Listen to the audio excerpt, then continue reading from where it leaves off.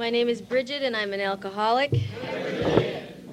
Sober today by God's grace, the principles of Alcoholics Anonymous, and a lot of very patient people. Thank you, Michael and Maureen, for asking me to come out and share. I'm really grateful to be asked. I'm grateful that I can carry the message, that I'm not carrying the disease. And I mean that in all sincerity. You know, I want to welcome all the newcomers, and I love that this meeting gives out chips because it reminds me of how important that was for me, to walk up to a complete stranger and get a hug. Now, I appeared repulsed, but I was secretly thrilled. I'd never been anywhere for many, many years the way I drank that I was invited to stay somewhere. And I want to thank Reba. Very moving story and great message, and I identify a lot.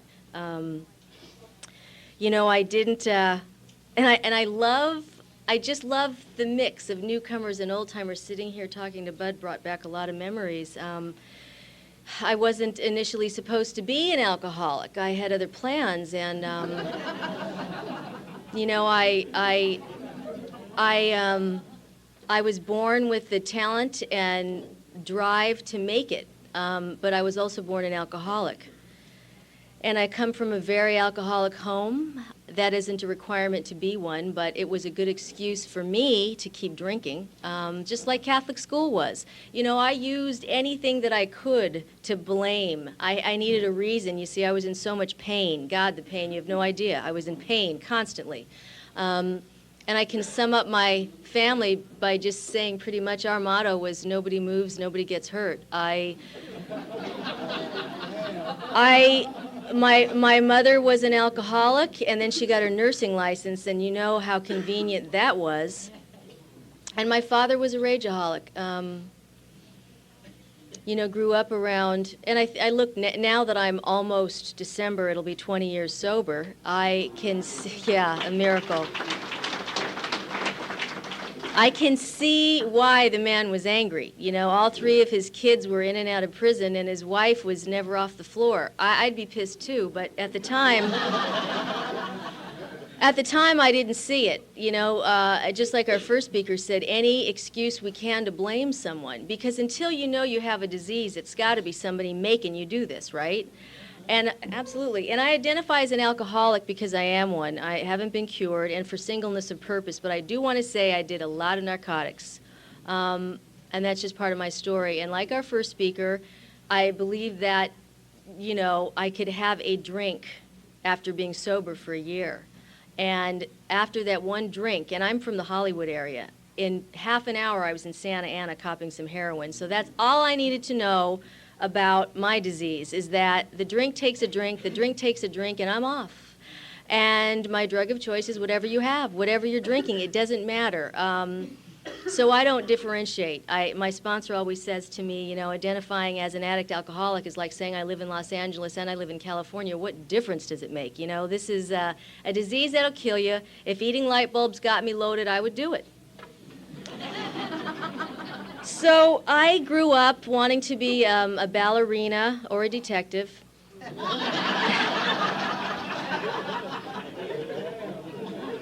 I used to read Nancy Drew books voraciously. And I don't know if any women in the room remember Nancy Drew, but it was a series of books about this young girl who had a rich father who was never home, a maid, and her mother was dead. She had like this perfect life.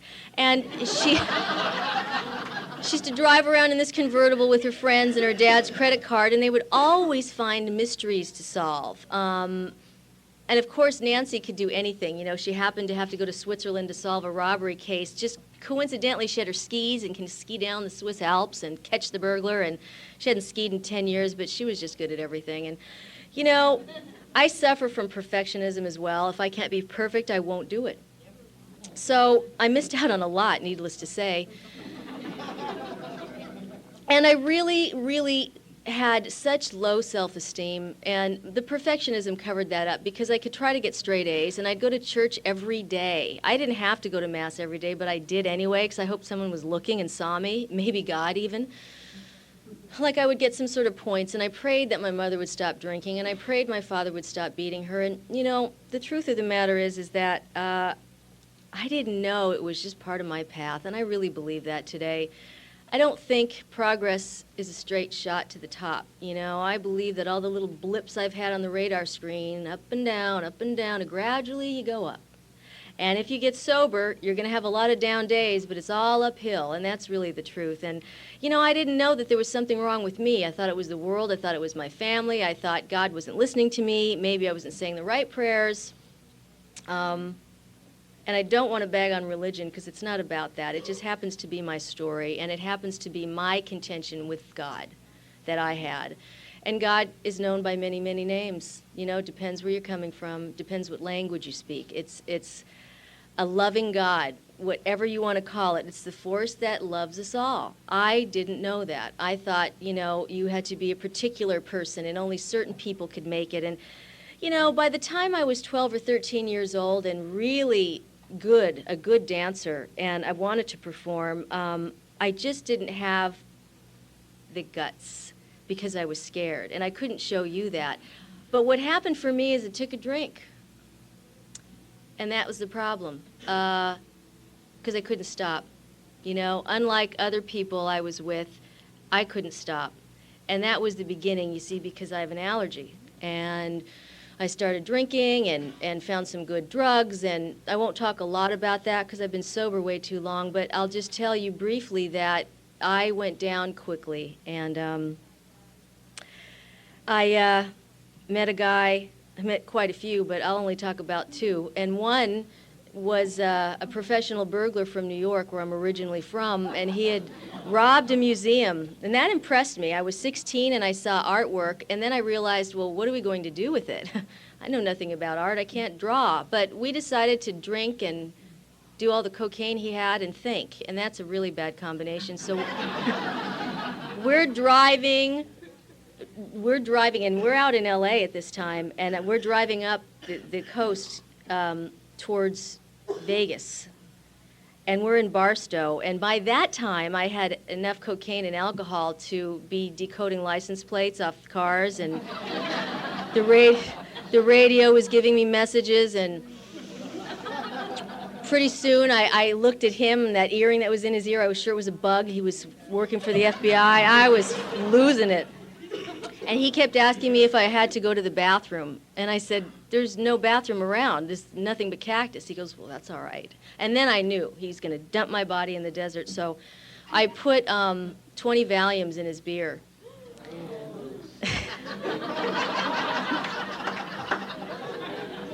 And it worked. And he got really woozy. And he had to pull over and passed out. And I must have weighed 90 pounds at the time. I pushed that big lug out of the car and took off. And I was so completely freaked out of my mind. I said, okay, I can't do any more coke. I'll just drink. And I drank so much that I couldn't drive. Okay, so I'll do more coke so I can drive. And, this went on for days. By the time I came back to my home area, and I won't say home because I didn't have one, I went to this so-called friend's house, and I say friend because I don't know what else to call these people that we interact with when we're drinking and using to get what we need, but they're not really friends. And he said, you know what your problem is? Cocaine. And he turned me on to heroin. And,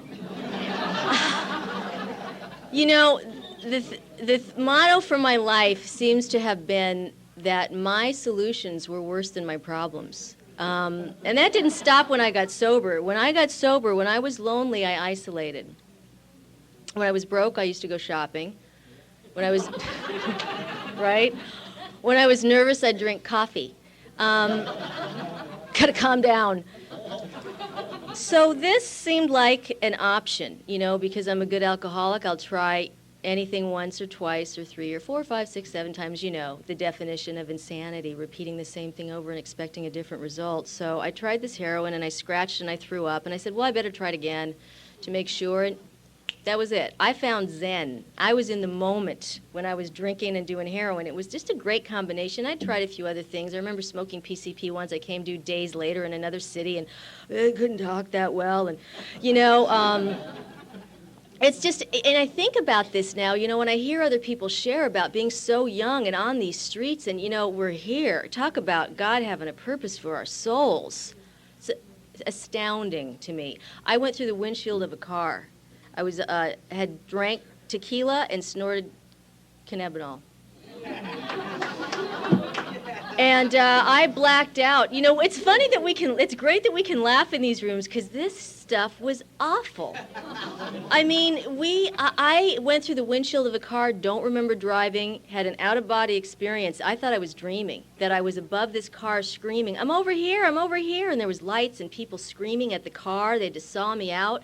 And I woke up and I thought, whoa, that was a nasty dream, and I was really sore, and I got off the emergency room gurney, and I thought, oh, I must have OD'd again. I mean, that's how often I OD'd. Another one. So I go to the bathroom, and my face was shredded completely. I didn't recognize myself. And I thought, God, no wonder you're sore. What happened? I didn't know. And my mother showed up because the accident was so big that everyone in the neighborhood told her, hey, I think your daughter's dead. And I walked away from that. No scars, no broken bones, and talk about insane. I went to my mother's house, who said, you could stay the night here. My mother was hysterical. And probably about 6 o'clock in the morning, I stole her TV and took it right back to that connection's house and got more cannabinol, okay? And the heavier that TV got, the cheaper it was. By the time I got to his house, $20, just take it. And, and I had the nerve to be mad at my mother when I got sober. See, only the arrogant alcoholic could, because she didn't do a good enough job. Well, God excuse me for caring that my daughter's going through windshields and going to jail, and, I didn't really want the TV anyway, no big deal. So I continue on my way, and I am not paying any heavy prices yet. The car accident didn't really get my attention, I hate to say. But then I meet Mark. He's the last one I will mention, and he was a car thief, and he stole cars, and he stole this one car and was too drunk to drive, so I drove. And he'd had this car for probably 2 days, which is amazing. He didn't get pulled over. I'm in the car 10 minutes, and we get pulled over. And he told the police that he was hitchhiking. He'd never seen me before.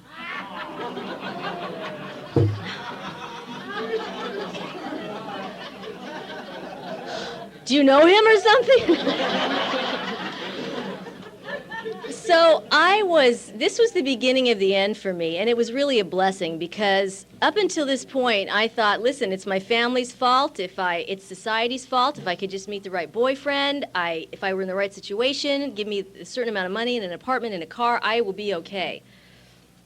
Well, at this juncture in my life, I had a court date, and I'd been arrested a couple of times, and gone to jail for marks and gotten out in less than 30 days, and it was enough time for me to get healthy and eat a little, but this was a little getting serious, and I went to a probation department that said, I highly advise you go into a recovery house, and I said, what's that, recovery? Yeah, I could use some rest. Where should I go? And she set me up to go to a place out in Pasadena, and I was shocked when I got there. I saw people walking around with signs on and sweeping leaves that weren't there, and I thought, I'm in the booby hatch, I need a rest. I don't need to be with these nuts. And then they sent me to detox because I was very sick, and when I came back, I had to start going to meetings, AA meetings. I'd never been to an AA meeting. I'd never heard of anyone who had been to an AA meeting. And they took us in these vans, and I used to duck in the vans because I was afraid someone would see me. I don't know who. I had no friends. But I would duck anyway. And I remember going to a meeting that Bud got sober at, hole in the ground in Huntington Park, and it really was a hole in the ground. I mean, you had to go down a lot of stairs to get there. It was an interesting mix of people. And I thought, oh, this is just those pictures I would see of, old drunks with the paper bags and the torn up raincoats and stuff. I don't belong here. And a woman took a cake for a year, and the room exploded with applause. And I said, God, that's not funny. She hasn't had a drink in a year. What are you clapping for? And they looked at me and said, keep coming back, honey. And I went back, and I had 42 days sober. And I apparently didn't have a very good attitude, and they made me wear a muzzle, and I couldn't talk for a week. And after the end of the week, they threw me out, and they said, we don't think you're willing. Now, the reason I was there is because I had to go to court. That was it. I was going to court, and I had to go to this place. It was supposed to look good when I went to court. I didn't even understand how deeply in trouble I was. And my options were running out. I used to have people to stay with or a guy to find to take care of me, and it was no choices. The choices were gone. And they threw me out and said, this program will ruin your drinking. And I said, oh, not if I drink enough, it won't. And I got on the bus with my life in a hefty bag. How sad is that? And I'm calling them losers. I'm on the bus with a hefty bag. This is alcoholism. And I go straight to the liquor store in Hollywood, and right behind the liquor store was the Connections, in that order. And I went, and everyone in there was loaded. I said, oh, this heroin must be great, and I shoot this dope, and one day at a time, keep coming back, you can do it too, easy does it. I said, this is acid, I'm not paying you, and I left. I was completely freaked out, and I'm so grateful that this program ruined my drinking and using, because there's a lot of people that it doesn't, and they're not here. And I went to the payphone, and I called this recovery house, and I said, I just wanted to check in, and the woman who answered the phone said, well, did you drink? And I said, no, I just missed you guys. And she said, oh, you drank. And I continued to drink, and I continued to use, and when I went to court, I thought, no problem, I'll get another letter from another recovery house, which I did, and my sister took me to court, and they sentenced me right there and took me to prison. And I was shocked. I was shocked. And my poor sister stood there and said, well, can we just go to lunch first, Your Honor? And get out. Part of my parole was going into another recovery house, which I did. And, the first time that I'd really absorbed and got powerlessness was on that bus on the way to Sybil Brand. Talk about powerless. And it was surreal. I was still in a state of disbelief, and so many things went through my head at that time. Catholic school, all the prayers I said, I was a dancer, I was a ballerina, I had scholarships, I was smart, I had looks, I had talent. What was I doing here? I didn't get it. I have a disease. I took a drink, and that's all it takes if you're an alcoholic. That's it. You can't stop. And, I wish I could say that I went to this other recovery house and life was great and I got sober. I didn't. I had a hard time getting sober, but, I kept coming back, and it took a year or two. I remember two people that I'd met in Alcoholics Anonymous. I wasn't really thrilled with meetings. I mean, I didn't really hear people speak. I would look around and see what everybody else was doing, and I couldn't stay in my own body. I couldn't sit still. I was wondering what everybody thought of me because, I am so self-obsessed. It's all about me, and what do you think of me, and what do I think of me, and how dare you think that of me? And I don't even know what you were thinking because I wasn't talking to anybody, but this all went on in my chair. I didn't have to get up. And I preferred not because I didn't want to talk to anyone, and I was very angry, and, I started using and drinking again, and these two guys that a friend of mine and I had met in this recovery house. We were staying in a motel. We had nowhere to live, and they used to pick us up and take us to meetings. And one day, they showed up and said, we're not taking you to any more meetings. If you want what we have, you know where to go. And they left. And I'm really grateful that someone told me the truth and wasn't concerned about hurting my feelings. Oh, she might get upset if we don't pick her up because she's drunk. They told me the truth. And the next day was Bill's birthday. He had 1 year. It was December 17th, 1982, and I showed up to see him take his cake. And that is my sobriety date. And, so what I want to say is that program of Alcoholics Anonymous, the 12 steps, help us find that power greater than ourselves that will store us from alcoholism, that will keep us here. And it's in the rooms and in identification that I was able to stay. Initially. I didn't want to hear about God. I believe there was one, but I was rather agnostic. I believed in God, but I still had to control everything and run the show. I didn't act as if I had faith. I was petrified. But I identified. I heard people that I identified with, and, I got a sponsor and I got really involved. Even though I had a bad attitude, they said it wasn't a requirement to have a good one, but eventually I'd want to change it because I would be very lonely. And I must say I got involved with a group of people, and I was of service. The meetings after the meetings were just as important. The fellowship, going to coffee. People drugged me along. I'm so grateful. You know, I think that's so important for newcomers. I wasn't like, hi, I'm new, you know, can we talk about something? I didn't know what to talk about. I was afraid of people, and I showed it by just being angry. And people obviously saw through that. And I remember this one guy named Frank, who had about 10 years when I was a newcomer, used to go to meetings all the time. He was very much of service, and like a lot of us, put his keys on his seat to save it during the break. And I'd met Frank a couple of times, and being the boundaryless newcomer that I was, I figured that meant we were friends and that I could borrow his truck at the break. So I borrowed his truck to do a couple of errands because God knows I hadn't had a car in a long time. And by the time I got back, the meeting was over. I was a little late. And he was standing out front with two other people, and I could tell by his gestures that he was angry. So I thought, well, I'll just work a step. I'll make amends. And I wouldn't know a step if it bit me, you know, except for the first half of the first one. But I ran up to him and I said, oh, I'm making amends. I'm sorry, I'm late. And he said, get out of my face. He was so mad. And I said, you know, I think you have a real attitude problem. I just apologize. And then I asked him for a ride home. And, you know, I mentioned this story because a week later, I was sitting on the bus stop, and I had to find a job, and I'd never worked, like, for a paycheck before, and looking in the paper, and someone in the program told me, you know, look in telemarketing. They'll hire anybody.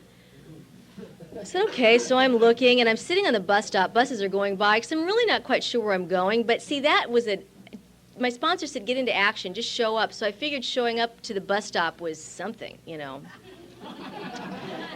And who drives by but Frank with the truck? And I thought, oh, God, he's going to throw something at me. And then he asked me if I wanted a ride, and I said, are you sure? He goes, yeah, get in.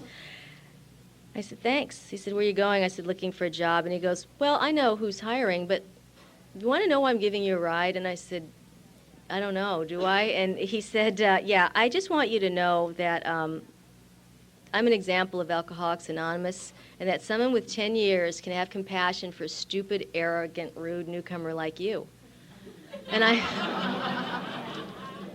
I said, thanks, I guess. I just wanted a ride. And he said, Bob's Big Boy is hiring, and they prefer it if you've never worked. So I said, okay. I went to Bob's Big Boy, and I was hired.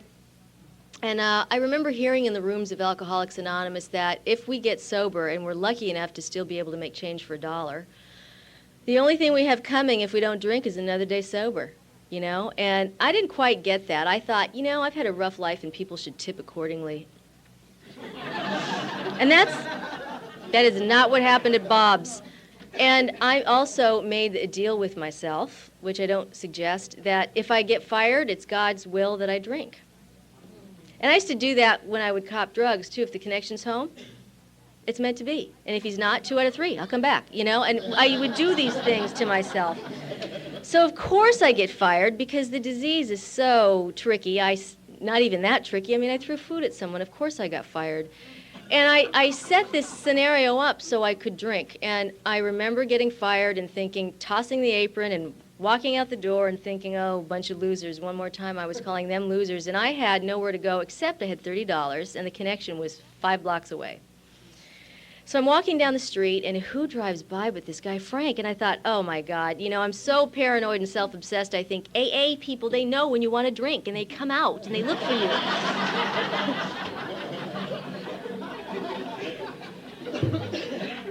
And Frank saw me, and I tried to look away, and he said, hey, what are you doing? You want to ride? I mean, knowing I had no car and didn't like the bus very well. And I didn't want to look suspicious or anything, so I got in the truck, and he said, I need to make a stop real quick if you don't mind. And we went to these projects where a woman and her 3 children lived. They all had the flu. She was getting evicted. They had an eviction notice, and her husband was in jail. But Frank was bringing her a 90-day chip. And she couldn't get to a meeting with the kids being sick and all. And she said, she was crying when he gave her the chip. And she said, no matter what, these kids and I are going to be okay because I'm sober. I'm sober. I mean, what else do I need? I've got Alcoholics Anonymous. And Frank said, you'll never go without a place to sleep. Don't worry about it. And that was my very first spiritual experience, which our book describes as an incident or an experience enough to give me an attitude change at that moment, and it certainly did. And when I left and Frank asked me where I wanted to go, I could hardly say, well, I need to go cop because I got fired from Bob's after listening to this story.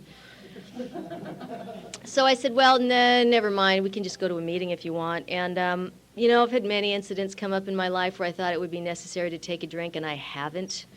And I remember even my first inventory, my sponsor says after I read my resentments, let's look at your character defects. And I said, whoa, character defects? I don't have any. I'm too young for character defects. And she said, well, you did things that hurt other people. I said, no, I didn't. I did my 8th step, and I made a list of people that owed me. That's not what the steps say. And I argued with her till she finally said, you know what, honey, we're going to take a little break from this. You go to lots and lots of meetings, and we'll reconvene. And say lots of prayers in the meantime, because you really need to pray. I said, okay. I read my inventory. I felt part of AA, and got very involved. I'm so grateful for the opportunity to be of service, because I really believe my firm foundation is why I'm still here. I remember thinking that at 5 years sober, something magic would happen. I would be less alcoholic and maybe just show up to meetings to have coffee and say hello to you all. And I took a cake for 5 years, and I was so depressed. I was really depressed. And they do say that the road of expectations is paved with disappointment. I don't know what I expected, but I was disappointed. And so what did I do? I said, well, maybe I'll go visit my mother, my alcoholic mother, who was living in Hollywood at the time. And, oh, gosh, I go to see Mom and knock at the door, and I hear her say, come in, obviously a little drunk. And I walked in, and I went straight to the kitchen to get a glass of iced tea, and I opened the freezer. And in the freezer was my cat, Maria, that I'd had since I was like 4 years old. And I slammed the freezer and stood there for a moment, just trying to say, maybe it was a turkey. And I opened the freezer, and no, it was not a turkey. It was definitely Maria. And my mother said, close the freezer, Maria's dead.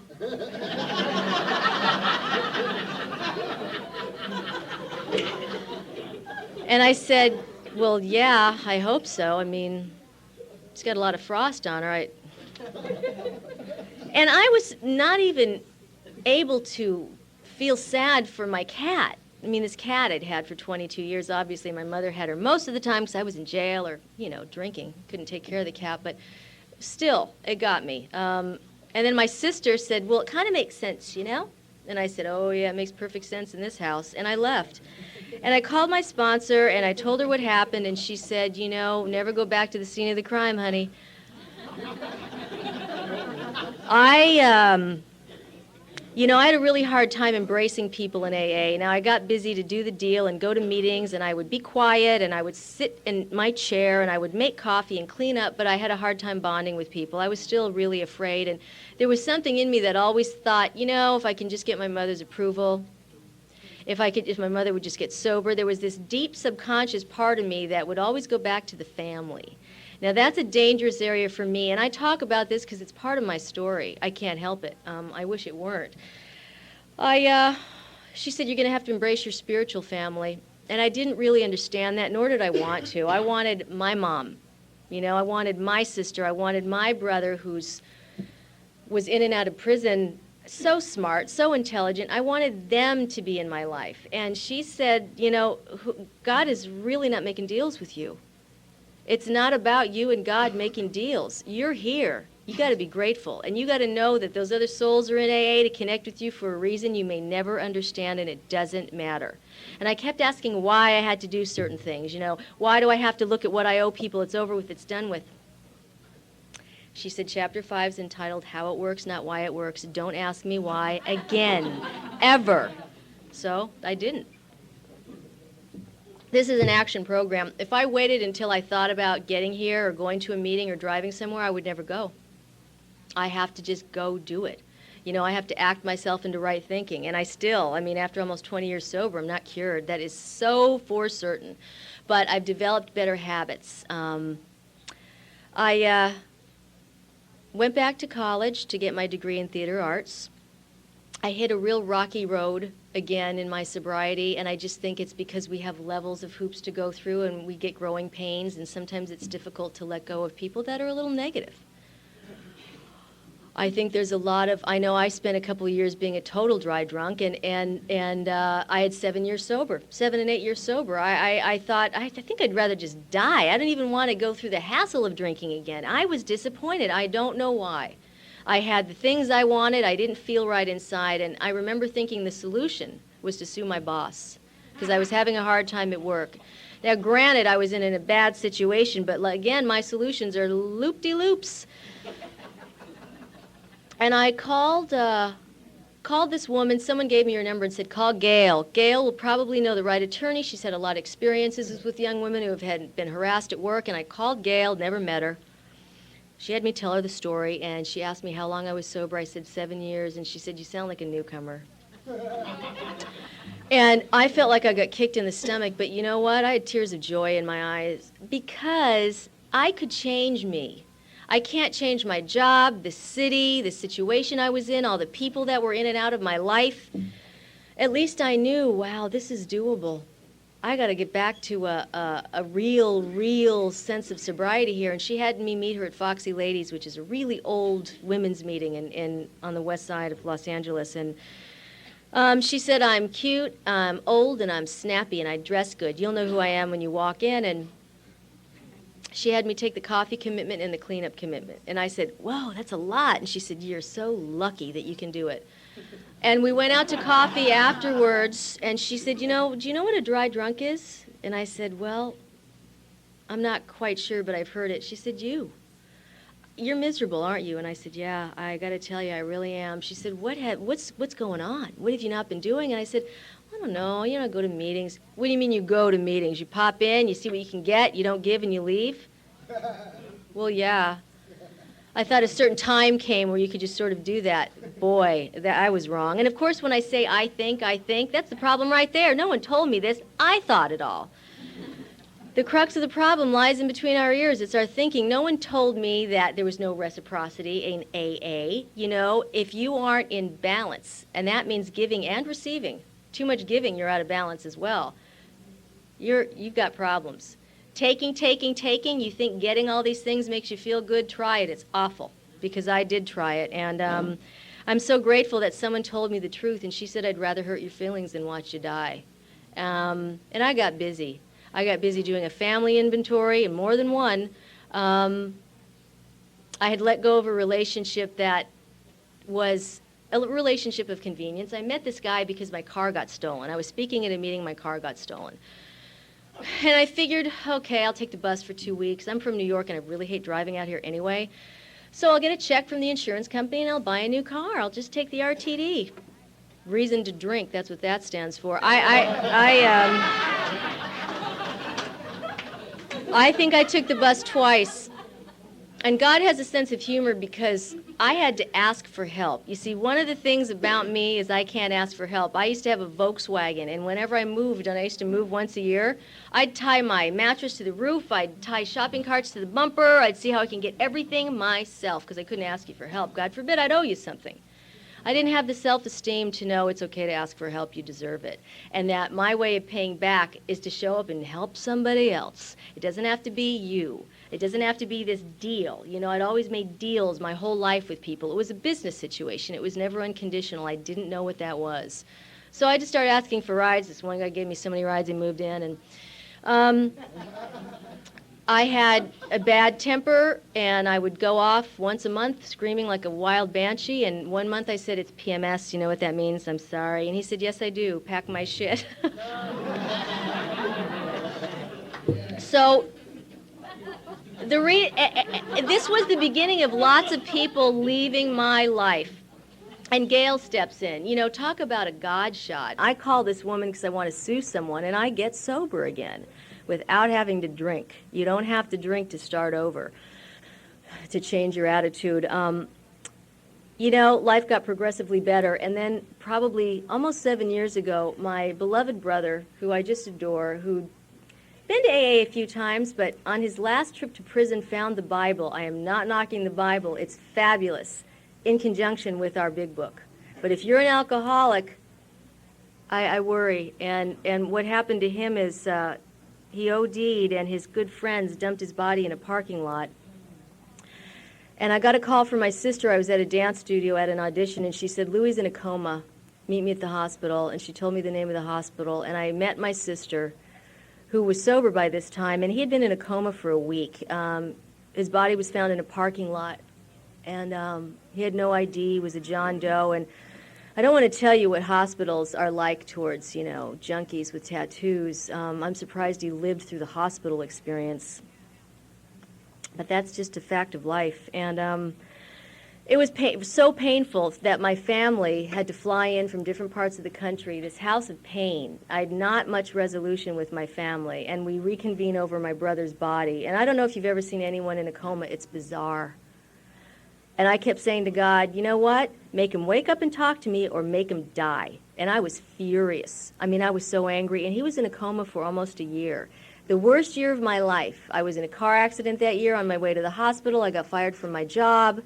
I was losing my mind. I'd go to AA meetings so angry, and I'd see people taking like 100 30-day chips in a row, and I'd say, God, why don't you make them trade places with my brother? Why does it have to be my brother?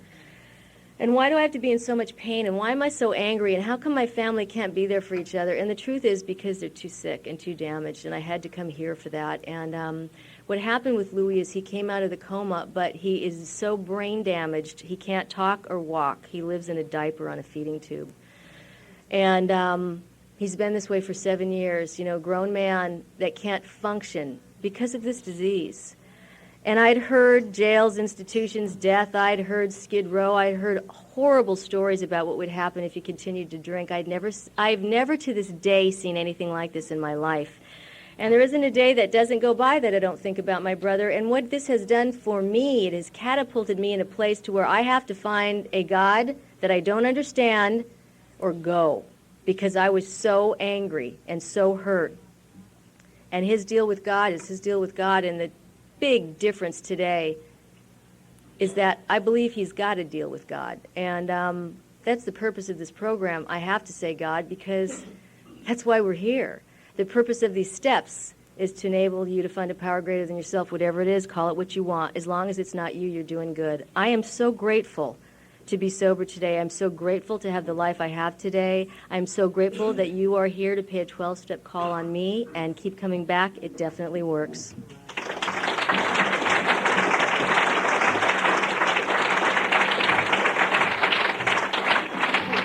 Thank you.